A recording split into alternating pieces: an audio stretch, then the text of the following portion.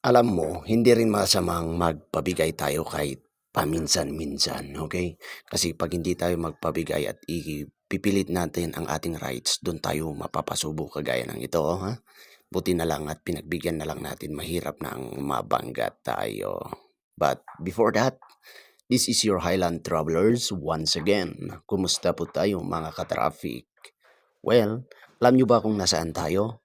Alam niyo ba kung nasa isaang kalsada kaya ito? Mhm. I do hope with this video is may ma-inspire po tayo dyan. Lalong-lalo na yung mga OFW nating followers na nakasubaybay po sa ating mga videos. I do hope ma-inspire ko po kayo. Kung namimiss nyo man ang ating napakagandang lugar at itong kalsada nating Halsima, pasilip lang po ito. Yan. This is Halsima Highway and we accepted the challenge to take the danger of Halsima Highway. Yung mga iba dyan, hindi masyadong sanay dito sa kalsadang ito. Pero pag ikay rider at magra-rides po kayo along Halsima Highway is wag lang masyadong tuon sa kalsada kasi ang view natin dito is wow. Wow na wow talaga ang ating view dito. Maubos ang battery ng ating cellphone sa kanyang memory kung gusto niyo talagang sulitin kahit ubusin natin ang ating oras sa kalsada. Basta ganito ang view dito sa may Halsima Highway. 'Di ba? Tapos sabayan mo pa ng kantang Country Roads. Okay. Kaya sana po sa mga nanonood doon, especially nga sabi ko yung mga followers natin, mga OFW who is missing home, I do hope po na ma-inspire po kayo dito sa ating video na ito.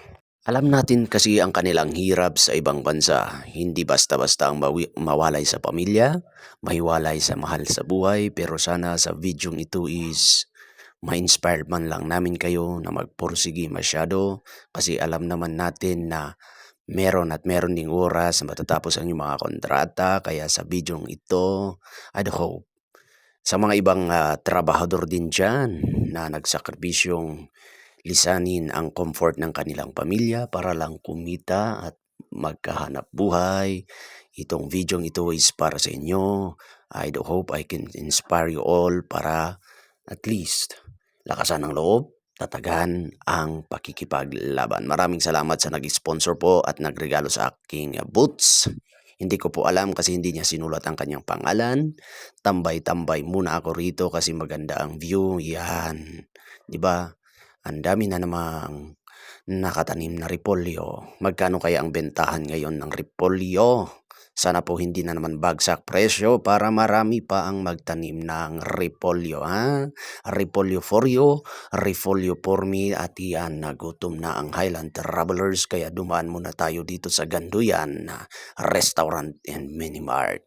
Wala akong alam bakit ako dito napadpad pero sana magustuhan natin ang kanilang foods and ayan na nga, iyan ang special Ganduyan food nila. Okay, may toppings po yung rice natin na itlog, ribs, beans at saka konting fries, may konting sabaw and ayan po yung mga ibang putahin nila. Kaya binibigyan ko na kayo ng idea kasi talagang pag yan ang kakainin mo at nasa rides ka, automatic simot.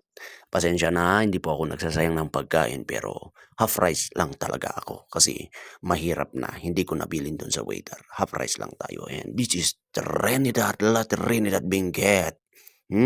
Anong taon kaya ito? Anong taon kaya ito?